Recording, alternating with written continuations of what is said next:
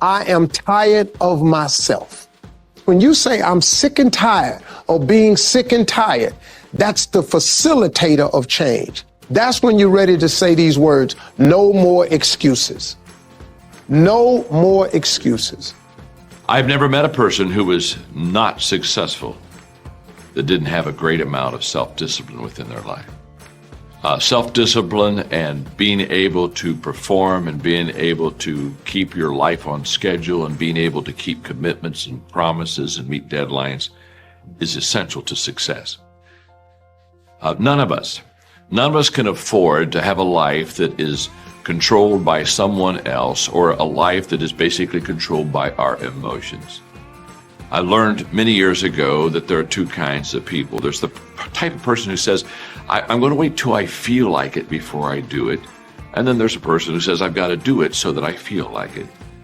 One will never get anything done because they're still waiting to feel the moment to move. And the other person says, no, I need to move, and then I will begin to feel the moment. Sonia, self-discipline is essential in your life and in my life if we're going to get things done. So I have a challenge for every one of you this weekend. The challenge is simple. As you go through your weekend, and sometimes it's kind of hopefully an easier time of your week, ask yourself, am I practicing self-discipline in my life? Am I doing the things that I should do because I need to do them, or am I kind of waiting to feel the moment? If you don't know this quote, live by it. One can have no smaller or greater mastery than mastery over oneself. That's Da Vinci.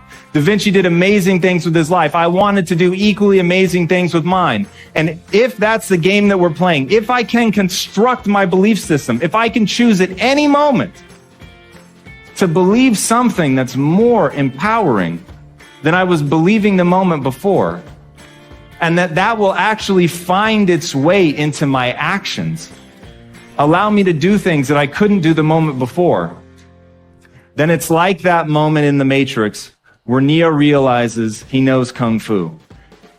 And that's like, as funny as that is, that's how I think about life. To me, the very fundamental purpose of life is to find out how many skills I can acquire that have utility, and then put that utility to the test in service of something greater than myself. Stop comparing yourself to others. So the first thing you do is stop focusing on other people. Instead, focus on being the best version of you that you can. Then you'll recognize that you deserve to sit at the big table with everybody else after you become the best that you can be. Now, once you've accepted that you have as much right to success and much right to succeed as anybody else, the next step is learning how to talk the talk. You have to get fluent in the language of success so you speak it with ease. Surround yourself with people who've accomplished their dreams and immerse yourself in the culture of achievement. The ideal situation for a man or woman to die is to have family members praying with them as they cross over. He said, but imagine, if you will, being on your deathbed and standing around your bed, the ghost of the dreams, the ideas, the abilities, the talents given to you by life, and that you, for whatever reason, you never went after that dream. You never acted on those ideas. You never used those talents. You never used those gifts. And there they are standing around your bed looking at you with large, angry eyes saying, we came to you, and only you could have given us life. And now we must die with you forever. And the question is, if you died today, what dreams, what ideas, what talents, what books, what music, what leadership, what voice will die with you? Miles Monroe, great orator and speaker, said the wealthiest place on the planet, it's not in the Far East where there's oil in the ground. It's not in South Africa where there are diamond mines. He said the wealthiest place on the planet is the cemetery. Because there you'll find greatness that we've never seen. There you'll find talent and genius and potential never actualized. Perhaps that's why Henry David Thoreau wrote the words, "Oh God, to reach the point of death, only to realize that you've never lived." Maybe that's why some unknown writer wrote the words, "What if you live your whole life only to discover that it was wrong? That it was wrong. That you were chosen to do something else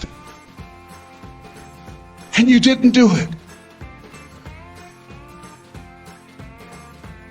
Repeat after me, please. Live full.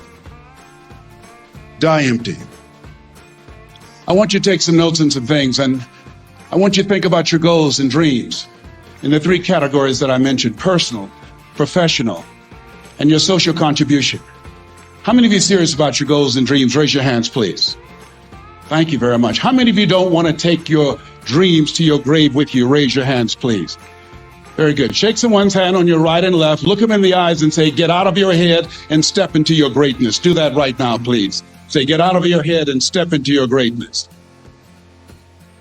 I want you to write this down. Let us say together, as you think about your goals and dreams, let us say together, "It's possible," together, please. Yes, write that down. See, ladies and gentlemen, as an entrepreneur, I've been an entrepreneur for 20 years. It's my 21st year.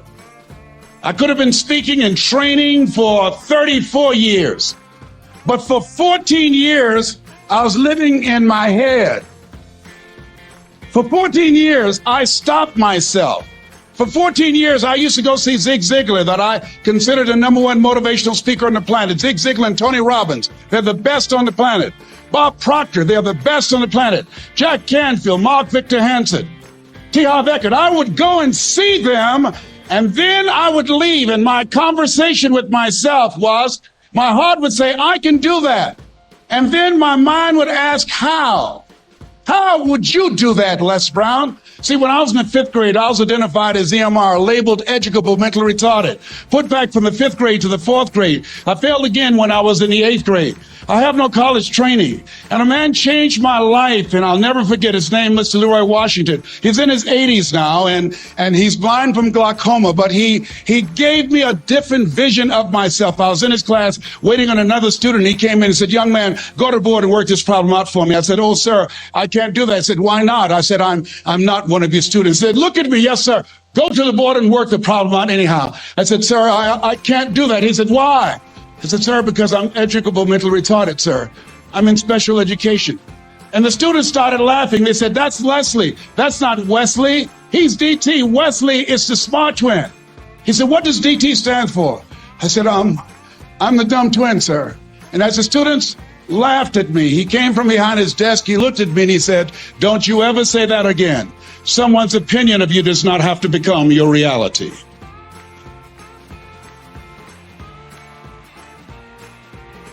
On one hand, I was humiliated, but on the other hand, I was liberated, because he looked at me with the eyes of Goethe, who said, "Look at a man the way that he is, he only becomes worse.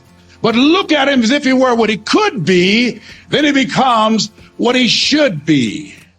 And so we developed a relationship. And one of the things that I can just tell you as you think about your goals and dreams, all of us can say in a spirit of integrity that it's possible. That if anybody at any point in time lived their dream, then it's possible that I can live mine. And what I did was, I made a mistake. I looked at my goals and dreams, and my mind said, "How will you do that?" I went from my heart to my mind, and I stayed up there for 14 years. 14 years. I can't bring those 14 years back. Those years are gone. And I've made a mission in my life to help people to stop putting it off and procrastinating. How many ever thought about something you wanted to do and you procrastinated, you talked yourself out of it? Raise your hand, please. There's a proverb that says, if there's no enemy within, the enemy outside can do us no harm. And so, as you look at your goals and dreams, every day we must convince ourselves, we must sell ourselves on that it's possible. Every seminar, every workshop, every book that I've ever read, every speaker that I've ever heard, it interrupted what I was believing about myself. Everything that you do, everything matters. As you go through each day, I know now as I look back at age 63, looking at my life, everything matters. T. Harvey's right. How you do anything is how you do everything.